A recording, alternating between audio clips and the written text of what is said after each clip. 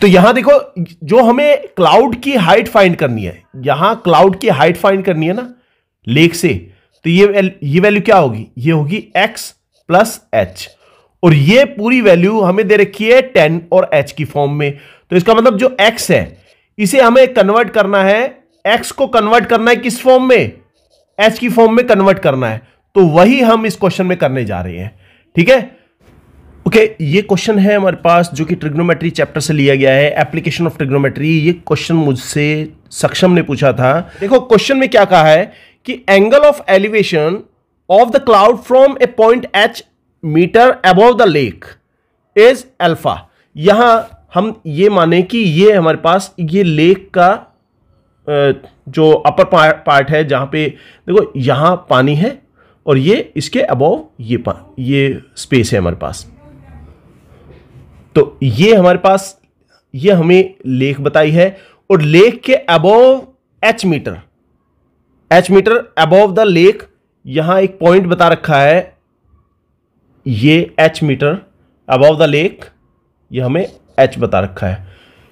ये कोई पॉइंट है, यहां से इस क्लाउड का एंगल ऑफ एलिवेशन और इसके जो एंगल ऑफ डिप्रेशन है रिफ्लेक्शन का, वो अल्फा और बीटा बता रखा है रेस्पेक्टिवली। तो हम इसको मेजर करें, ये हमारे पास ये हाइट अबव द लेक, और जितना बाहर, मतलब ये रिफ्लेक्शन, जितना क्लाउड ऊपर होगा उतना ही हमें इसका जो रिफ्लेक्शन है लेक के अंदर नजर आएगा। मतलब ये हाइट और इसके अंदर ये करीब यहां पे ये हाइट, ये दोनों बराबर होंगी हमारे पास, ये वैल्यू और ये वैल्यू दोनों बराबर होंगी। हमें पता होना चाहिए कि जो एंगल ऑफ जो ऑब्जेक्ट है मिरर से जितना दूर होगा, जो मिरर से उसका रिफ्लेक्शन उसके अंदर जो बनेगा वो उतना ही अंदर बनेगा। देखो अगर मैं इसको इस लेक को एक मिरर मानूं और ये ऑब्जेक्ट है, ऑब्जेक्ट का जो इमेज बनेगा, अभी देखो मिरर से ये कितना दूर है, ये डिस्टेंस दूर है, तो इतनी डिस्टेंस इसका इमेज अंदर, मिरर के अंदर की तरफ बनेगा।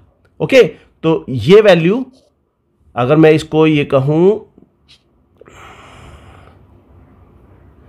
अगर मैं इसे कहूं h कहूं, तो ये वैल्यू भी यहां h ही होगी, दोनों बराबर होंगी। ओके, इसके बाद तो हम इसका होरिजन मिला देते हैं, यहां पे ये होरिजन बना देते हैं, ये होरिजन है।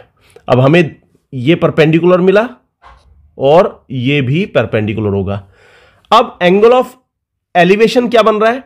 ये रहा angle of elevation of the cloud.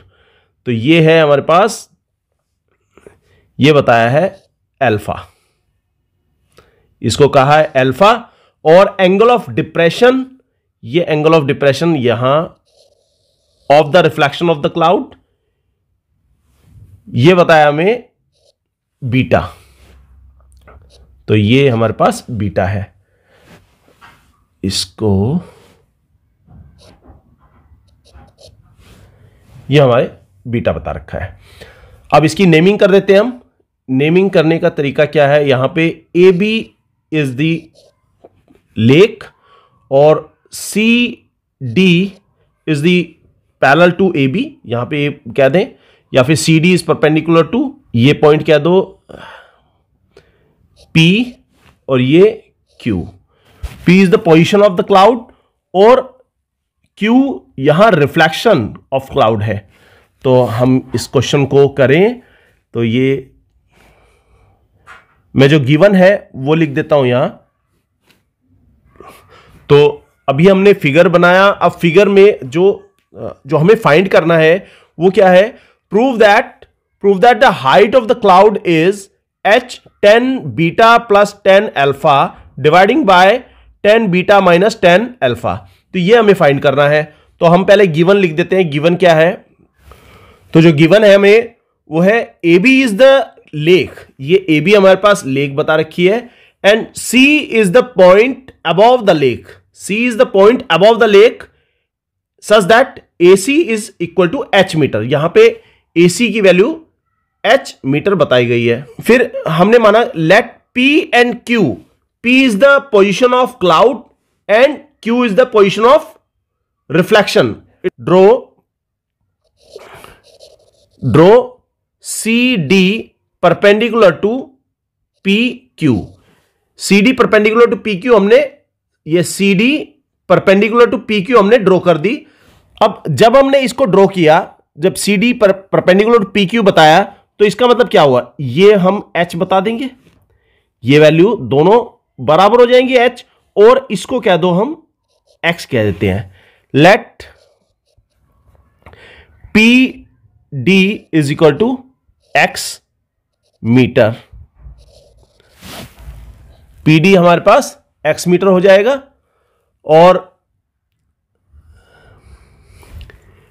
BQ, यहां BQ क्या होगा, देखो जितना अभी मैंने पहले भी बताया कि मिरर से सामने जितनी दूरी पर ऑब्जेक्ट होगा, मिरर के अंदर की तरफ उतनी दूरी पर ही उसका रिफ्लेक्शन बनेगा. तो मतलब अगर ये ऑब्जेक्ट यहां है x प्लस एच, तो ये वैल्यू क्या हो जाएगी, ये भी हो जाएगी x प्लस एच हो जाएगा. क्या, BQ. तो हम BQ बता दें, BQ is equal to x plus h. ये हो गया. दिस इंप्लाइज, तो इसका मतलब हम क्या माने, हम ये कह सकते हैं, देखो इस ट्राइंगल में, इस बड़े वाले ट्राइंगल में हम ये देखें DQ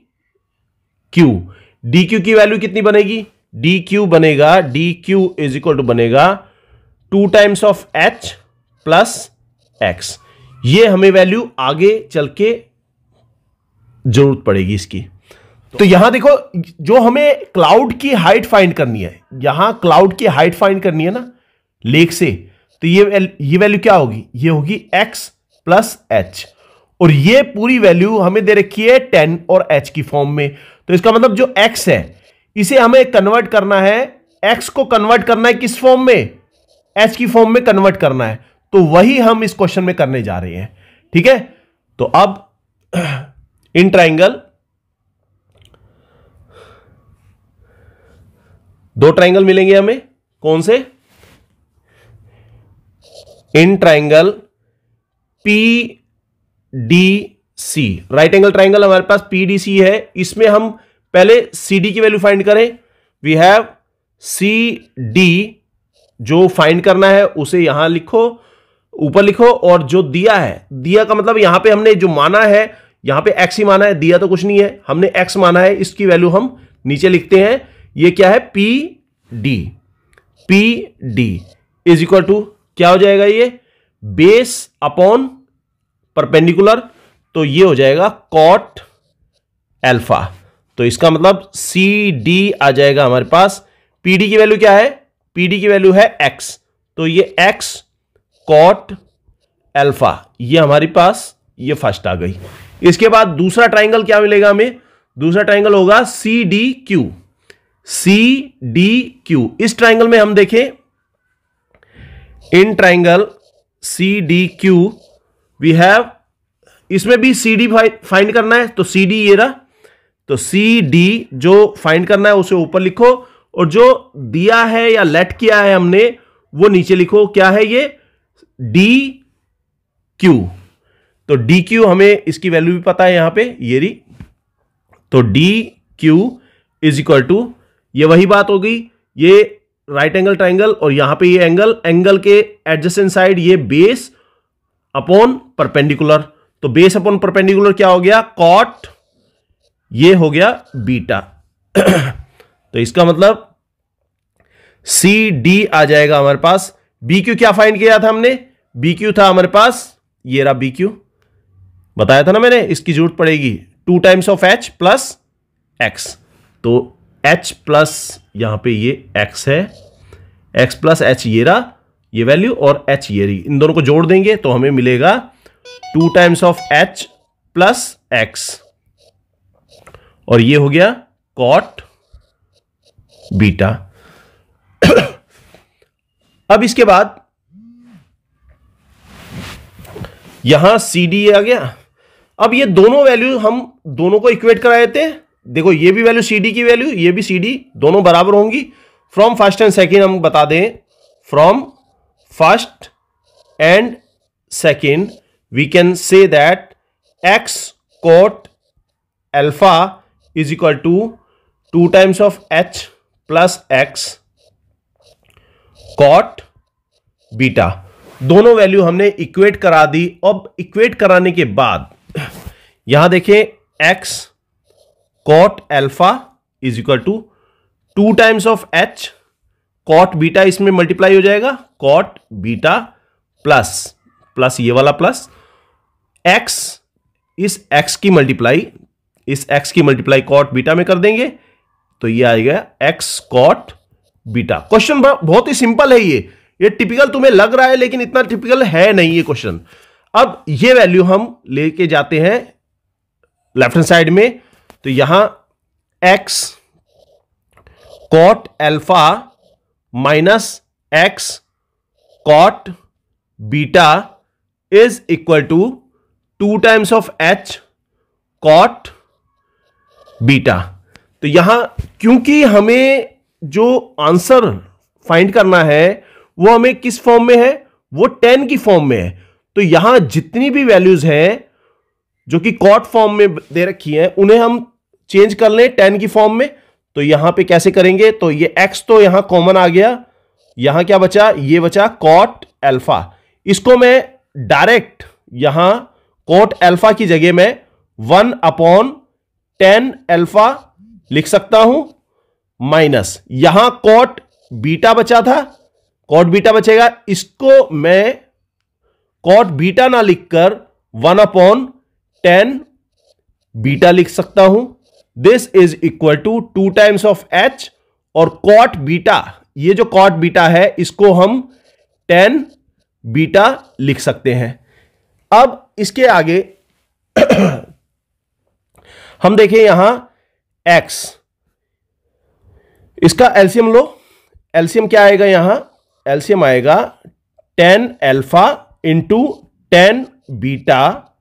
एलसीएम आया, इस 10 अल्फा से इस पूरे एलसीएम को हम डिवाइड करेंगे तो हमें क्या मिलेगा, 10 बीटा।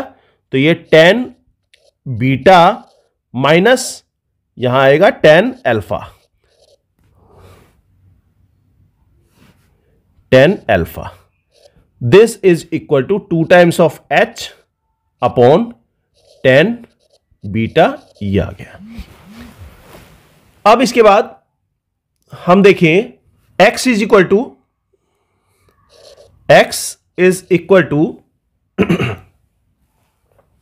यहां x, देखो हमें यही तो हाइट फाइंड करनी है, ये वाली हाइट, ये पूरी हाइट। देखो h तो ये रहा और यहां x, इस पूरी हाइट को फाइंड करने का तरीका क्या है, पहले मैं x की वैल्यू फाइंड कर रहा हूं किस फॉर्म में, h की फॉर्म में। देखो यहां पे h की फॉर्म ये रही, ये हम सारी वैल्यू जो 10 की वैल्यूज हैं ये सब ये राइट हैंड साइड में ले जाओ तो ये मिलेगा हमें 2 times of h into 10 alpha into 10 beta. ये ट्रांसपोज होकर ये वैल्यू ऊपर चली गई और ये वैल्यू नीचे आ जाएगी, डिवाइडिंग बाय, इधर 10 बीटा पहले से था, ये रहा 10 beta into 10 beta minus 10 alpha. अगर ये तरीके से करोगे क्वेश्चन को तो आराम से समझ आ जाएगा, कोई दिक्कत नहीं आएगी। अब ये देखो 10 बीटा ये रहा डिनोमिनेटर में और ये 10 बीटा न्यूमरेटर में, दोनों को हम कैंसिल कर सकते हैं। तो 2 times of h 10 alpha upon 10 beta minus 10 alpha, ये आ गया। अब जो हमें वैल्यू चाहिए थी, जो क्लाउड की हाइट है वो क्या है, x प्लस h, तो हम x प्लस h फाइंड करते हैं। Now x plus h is equal to, यहां पे देखो x की वैल्यू तो मैं ये रख सकता हूं 2 times of h 10 alpha dividing by 10 beta minus 10 alpha plus h। ये h हमने इसमें ऐड कर दिया, ये x की वैल्यू है हमारे पास।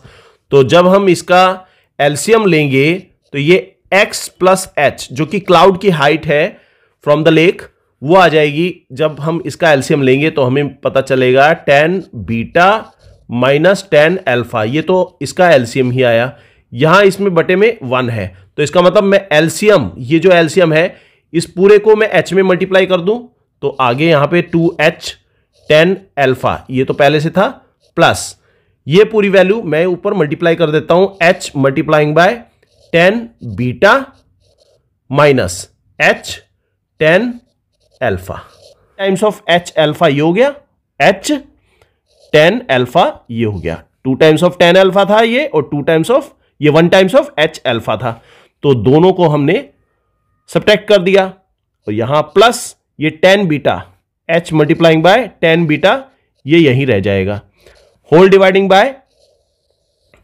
10 बीटा माइनस 10 अल्फा, ये वैल्यू आ गई। अब h को हम कॉमन ले लेते हैं, h 10 alpha minus 10 plus 10 beta whole dividing by 10 beta minus 10 alpha, तो ये x प्लस h, ये वैल्यू आई।